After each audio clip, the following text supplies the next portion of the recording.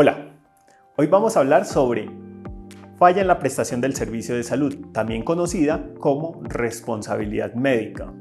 Yo personalmente no estoy de acuerdo con el tema que se llama responsabilidad médica. Sin embargo, uno sabe que comúnmente se maneja de esa manera o se llama de esa manera. ¿Por qué no? Pues resulta que en los servicios de salud son equipos los que trabajan. El médico es solo un actor. Se pueden presentar fallas a diferentes niveles. Por ejemplo, lo que tiene que ver con los medicamentos.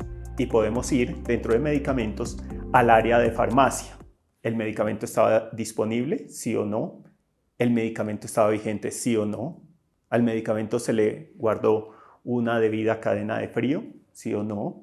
La persona que los entregó, si era la persona capacitada y entrenada. Recordemos que en temas de salud, las personas tienen que tener una educación formal. Yo no puedo llamar al mejor amigo que no tiene ni idea de salud y decir, ven, te voy a dar un curso de inducción y dedícate a este tema, a entregar los medicamentos. No, se necesita una formación, bien sea técnica o tecnólogo o profesional o con alguna especialidad.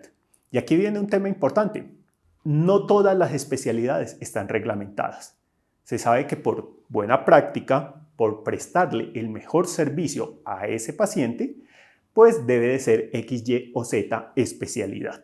De esto, claro, ya estamos hablando del médico, pero también hay otros profesionales. Por ejemplo, auxiliares de enfermería, jefes de enfermería, las personas que tienen que ver con el transporte del paciente, depende de donde se haya prestado ese servicio de salud, o inclusive pueden ser con personas ajenas al sistema de salud. Por ejemplo, los que transportan los gases, los que instalan los gases medicinales, como el oxígeno. También se puede presentar otras fallas a nivel de la prestación del servicio de salud que tienen que ver con la parte administrativa. Yo he visto muchos casos en los años que llevo trabajando como forense y he encontrado fallas administrativas como por ejemplo, todo el equipo y todos los especialistas, superespecialistas solicitaron que se remita al paciente y se justificó, y cuando llegó a ese nivel administrativo simplemente no gestionaron o refundieron o embolataron la orden de la remisión, o simplemente se casaron con su núcleo más pequeño, más cercano para esa remisión cuando estaba disponible todo el resto de clínicas u hospitales del país para remitir a ese paciente. En algunos casos uno va a escuchar decir como, qué loco, ridículo transportar un paciente, por ejemplo, de Neiva a Barranquilla. Pues algo bueno que nos demostró el tema de la pandemia es que fue totalmente posible y se hizo trasladar pacientes desde el Putumayo a Barranquilla porque ya estaba disponible la unidad de cuidados intensivos. Entonces uno se pregunta por qué a veces no se remite a tiempo pacientes de oncología, pacientes con fracturas, o por qué se lleva a un paciente con una fractura que está a 3, 4 o 5 minutos de un hospital, se lo somete a un traslado a través de toda la ciudad que dura 1 hora, hora y media, y el paciente con un trauma de tórax que está a punto de descompensarse o ya está descompensado. ¿Cuál es la necesidad de someter a un paciente a ese dolor, a ese sufrimiento de forma aguda cuando tenías un hospital más cercano?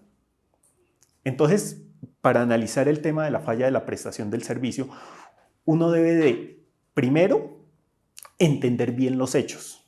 Hay algo que yo le recomiendo como médico especialista en medicina forense en este tipo de casos. Primero, antes de colocar una demanda, tengo un respaldo por un médico especialista en medicina forense. He visto muchos casos, o sea, en todo el tiempo que llevo, he visto demandas que ya llevan 3 años, 4 años, 6 años. El caso más extremo ha sido 11 años que adelantaron todo ese proceso judicial, y cuando asistieron a nuestra firma para revisar el caso después de un estudio que se basó en la historia clínica completa y que habían aportado al proceso judicial, les dijimos, disculpe, aquí no hay un caso. En resumidas cuentas, les dijimos, no hay un caso, pero se explicó por qué y cuál era el soporte para decir que no había una falla en la prestación del servicio de salud. No se imaginan la sorpresa, primero para el cliente, cómo así que llevo 10 años patinando en esto, sacando documentación, o sea, haciendo una cantidad de cosas y esfuerzos económicos, y me dicen que todo estuvo bien, que toda la prestación del servicio de salud estuvo bien, que las remisiones fueron a tiempo. Cuando entramos a indagar con los abogados y estudiar el caso, retomándolo y preguntándoles qué había pasado, pues resulta que un profesional de salud de una institución forense de este país, específicamente medicina legal, pues el médico no emitió una opinión de manera formal, sino que era amigo de los abogados y le dijo, mire que ahí se presentó una falla, pero yo no puedo peritar en el caso porque trabajo acá. Le decía, mal hecho ponerse a dar una opinión de esas donde yo te digo qué sucedió, pero no te lo firmo ni te lo sostengo. ¿Ya? Yo siempre he dicho, cuando usted escuche a un profesional de salud decir esas palabras, te lo digo, pero ni te lo firmo ni lo sostengo en una audiencia, húyale, córrale, puedes seguir conservando la amistad. Pero recuerde, esto es un trabajo. Es muy diferente la amistad al trabajo. Nosotros nos dedicamos a hacer este tipo de trabajos. La amistad va por otro lado, por otra parte. Entonces, desgraciadamente, en ese caso, pues los abogados se orientaron por esa opinión de ese profesional y terminó en un desastre el caso después de tantos años. Imagínese dedicarle una década de su vida y saber que nunca tuvo un caso, nunca tuvo nada. Eso primero. Entonces, respaldo por un médico especialista en medicina forense. ¿Por qué un médico especialista en medicina forense? Pues resulta que hacer informes periciales solo se enseña en esta especialidad. Uno no mira pediatras, ginecólogos diciendo, venga, les vamos a dar un curso de 3 meses, 4, 5 meses, 6 meses, un año para aprender a hacer informes periciales. No, recuerden que desde ese sector salud tiene un enfoque diferente al forense. ¿Cuál es el enfoque? Hacer lo necesario y trabajar con un nivel, y entiéndase bien esto, de dudas o desconocimiento con un fin o un principio que dice primum non nocere, primero no hacer daño. Entonces, toda acción, todo acto que se haga es con fin de mejorar esa salud, no es con el fin de decir voy a dejar todo documentado para que esto termine en un proceso judicial.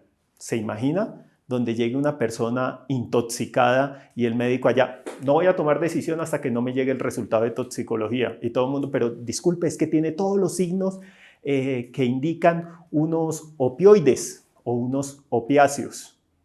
Y el médico, no voy a tomar ninguna decisión hasta que no me llegue el resultado. Pues resulta que en salud, yo lo hice cuando trabajé en hospitales, tomaba decisiones basado en la información que podía obtener del examen clínico. Y después me llegaban los resultados para confirmar o descartar. O por ejemplo, cuando llega una persona con un dolor en el pecho, con todos los signos y síntomas de un infarto, y el médico diciendo, hasta que no tenga las troponinas no voy a tomar una decisión. ¿Qué dice la literatura sobre eso? Actúe, es preferible darle el tratamiento a una sospecha de infarto y no después tener la confirmación del infarto y que ya no puedas hacer nada. Entonces, espero hacerme entender con estos ejemplos que algo tiene un fin de salud y lo otro es un fin forense. Los forenses trabajamos un poco diferente, recogemos información y sabemos que la tenemos que plasmar de cierta manera que sea entendible para ese tomador de decisiones. Y en estos casos de responsabilidad médica o falla en la prestación del servicio, sí que es importante. En muchas ocasiones he escuchado cosas pidiendo como un médico internista especialista en neumología y oncología. Yo, chévere, si lo consiguen, me gustaría conocerlo. O necesito un hematoncólogo. Y uno dice, chévere, sí, mi equipo es bastante grande, con especialistas y superespecialistas, pero yo digo, hay ciertas especialidades que no. De hecho, dentro del equipo que me ha tardado bastantes años conformarlo, hay médicos que han dicho, mira, yo te asesoro a tu equipo, pero me dan miedo los abogados y un juzgado no. Hay otros que han dicho, sí, voy a un juzgado y sostengo, y de hecho peritan siendo no forenses de otras especialidades, dicen, yo voy, lo sostengo. O sea, estoy convencido de lo que estoy revisando, lo hago. Eso sí, forenses, apóyenme, porque pues yo no me entrené para hacer informes periciales, pero el resto del conocimiento está aquí, muy puntual. Y aquí viene un dato muy importante, pero supremamente importante para usted como abogado. No es la opinión personal de un médico, no. Es lo que dice la literatura técnico-científica con respecto a ese evento, de acuerdo al tiempo, modo y lugar en que se dieron los hechos. Yo he escuchado a muchos abogados, muchos clientes, muchos familiares diciendo, es que fui donde el especialista X y me dijo que si él lo hubiera tenido, le hubiera dado otro tratamiento. Y uno, chévere, pero ¿cuánto tiempo lo está viendo? ¿Hace cuánto tiempo se presentó el hecho? Yo le dije, si lo colocaran en los zapatos de ese especialista que tomó esa decisión, pues de pronto hubiera tomado la misma decisión de operarlo mediante esta técnica o mediante esta otra técnica. Entonces es muy importante basarse en la literatura. Ese es nuestro trabajo fuerte y nuestro dominio. Decir, esto es lo que están diciendo los libros, esto es lo que dicen los artículos científicos. Más que yo creo, esa técnica no la utilizo, o ese medicamento a mí no me gusta. Que no le gusta no quiere decir que la literatura lo esté prohibiendo. Entonces, el análisis de la falla en la prestación del servicio de salud es bastante complejo. ¿Por qué les digo eso? Porque resulta que desde los posgrados y desde la universidad en pregrado y todo eso, se enseña mucha teoría. Pero ¿dónde está la táctica? ¿Cómo lo voy a demostrar? Y sabemos que cada día cobra más relevancia de cómo se va a demostrar, qué peritos van a ir a hablar. Entonces hay muchas cosas que las universidades han dejado rezagado, que vamos a demandar, y muchos abogados los he escuchado y tienen razón. El tema de responsabilidad médica, viéndolo desde el punto de vista de ustedes, de un negocio, pues es buen negocio, pero es complejo. No es fácil de demostrar, necesita un estudio y un apoyo por parte de un equipo médico forense comprometido y que esté dispuesto a sustentar eso en un estrado judicial. Entonces, una de mis recomendaciones es historia clínica completa. ¿Y cómo sé si está completa? Pues, ves que tenga la documentación que le hayan entregado, pasar a una consulta para revisar y entender el caso. Hay casos donde uno dice, sí, aquí sucedió el hecho, pero necesito la historia clínica anterior. O en otros casos nos traen y aquí hay algo que yo siempre he dicho, es de mala fe, no sé cómo decirlo o interpretarlo, cuando el paciente, una persona que en la mayoría de los casos no sabe de qué es una historia clínica completa, o el abogado van, la solicitan y le entregan la epicrisis, el resumen. Recordemos que la historia clínica le pertenece al dueño, a quien es ese paciente, no le pertenece a la clínica. Ellos solo son los custodios, o el hospital solo es el custodio, o la ambulancia. No les pertenece. Y uno escucha aquí comentarios y uno dice, oiga, disculpe, ¿quién los estará asesorando? O sea, están supremamente desubicados. No, es que solo entrego la historia clínica si me lo dice un juez. Están totalmente desubicados. Sobre ese asunto, uno puede solicitar la historia clínica completa cuando se le antoje, motivo por el que quiera. Puede ser para demandarlos. De hecho, acá hay clientes que dicen, solicito la historia clínica para demandarlos. No, entonces se la entrego solo si el juez me lo ordena. Pendejos, ¿ya? No tiene sentido. Entonces, recomendación, historia clínica completa. Segundo, solicitar con una consulta y saber cuál es el escenario. Mi escenario es favorable, no es favorable. Hay casos que yo en una consulta he dicho, definitivamente estoy convencido, sí hay una falla en la prestación porque el evento es muy puntual. Hay temas más complejos que toca entrar a una revisión muy profunda para poderles decir esto hay a favor, esto hay en contra.